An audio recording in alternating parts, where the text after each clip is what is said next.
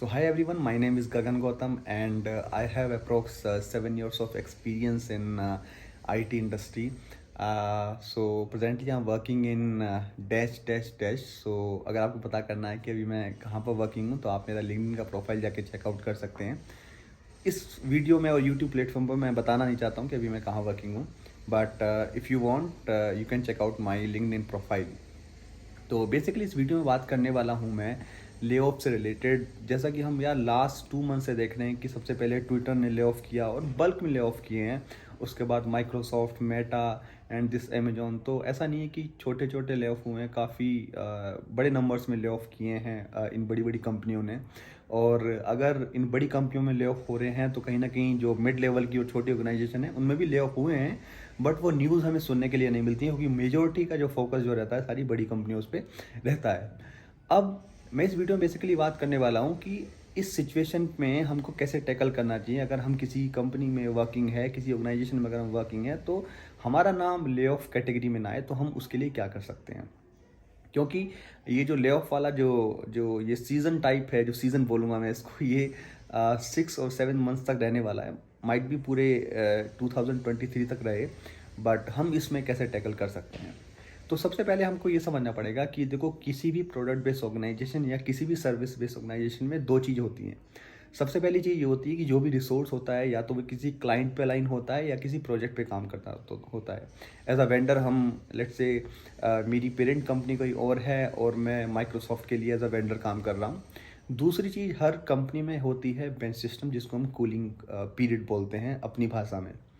तो सबसे पहले बात करते हैं पहली पॉइंट पे कि अगर हम किसी प्रोजेक्ट पे वर्किंग हैं या अलाइन हैं, तो देखो, जब भी इस तरह के लेऑफ्स होते हैं तो कुछ पैरामीटर्स पे डिसाइड किया जाता है किन कैंडिडेट्स को या किन एम्प्लॉयज़ को ले ऑफ किया जाए और किन को नहीं।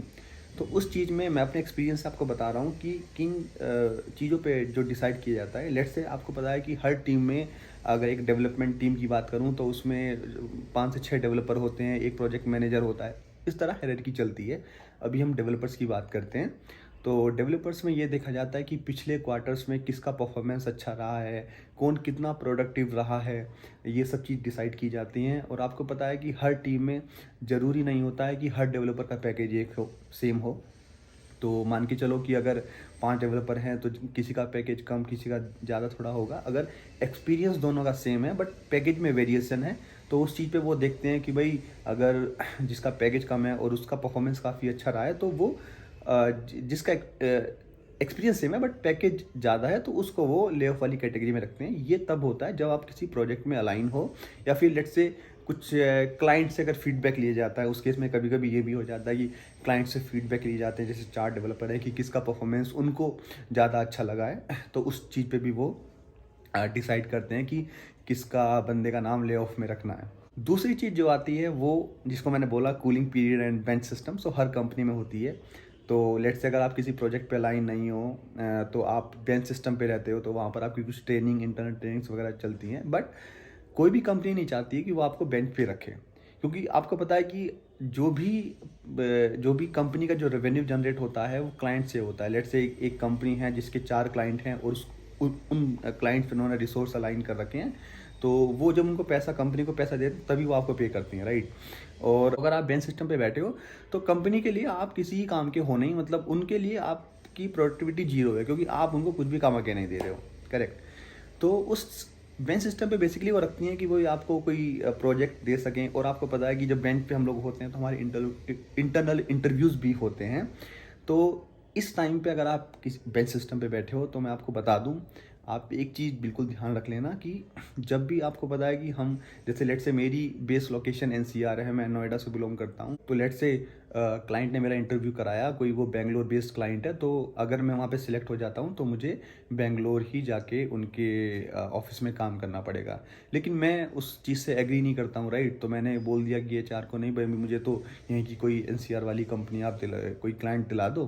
तो वो देखते हैं, वो एक दो बार ट्राई करते हैं, वो एक दो इंटरव्यू कराते हैं, और उनके पास कुछ अगर ऐसा नहीं मिलता है तब वो सोचते हैं कि भाई अब ये बंदा तो जो है कॉम्प्रोमाइज़ करेगा नहीं, और अब फिर इसको वो ले ऑफ वाली कैटेगरी में वो उसको डाल देते हैं। तो अभी के लिए तो ऐसा है कि यार देखो, एक दो अगर आपके इंटरव्यू हो गए हैं तो कोई बात, लेकिन ज़्यादा कुछ हो रहा है तो आप जो भी लोकेशन मिल रही है, जो आपको प्रेफर लगता है, लेट्स से आप नोएडा बेस्ड हो, तो अगर आपको लगता है कि भाई मुंबई का कोई क्लाइंट है उसको आप ले लो, बेंगलोर का, कुछ कुछ महीने की बात है यार, 6-7 महीने बाद सब ठीक हो जाएगा और फिर as per your requirement you can decide, right. तो ये सब चीज़ें हैं। तो अभी इस सिचुएशन में ले ऑफ्स हो रहे हैं कंपनियों में, और ये सब चीज़ करने के लिए हमें कहीं ना कहीं थोड़ा बहुत कॉम्प्रोमाइज़ करना पड़ेगा। अगर आप किसी प्रोजेक्ट पे अलाइन हो तो अपनी परफॉर्मेंस को और अच्छा रखो, अपनी विजिबिलिटी को टीम में बढ़ाओ, जिससे कि कभी कोई ऐसी सिचुएशन आई, अगर आपकी विजिबिलिटी रहेगी तो लगता है कि आप एक उस टीम के लिए एक वैल्यूबल रिसोर्स हो, तो तब ये सब चीज़ नहीं आती हैं सामने। और दूसरा, अगर आप बेंच या कूलिंग पीरियड पर हो तो अभी के लिए कुछ थोड़ा बहुत कॉम्प्रोमाइज़ कर लो, जो भी क्लाइंट मिल रहा है, जो भी प्रोजेक्ट मिल रहा है उस पर अलाइन हो जाए, जिससे कि कंपनी को भी पे करने में आपको प्रॉब्लम ना हो। लेट्स से वहाँ से उनको जो भी रेवेन्यू जनरेट होगा वो आपको ईजिली आपकी मंथली सैलरी पे कर सकते हैं।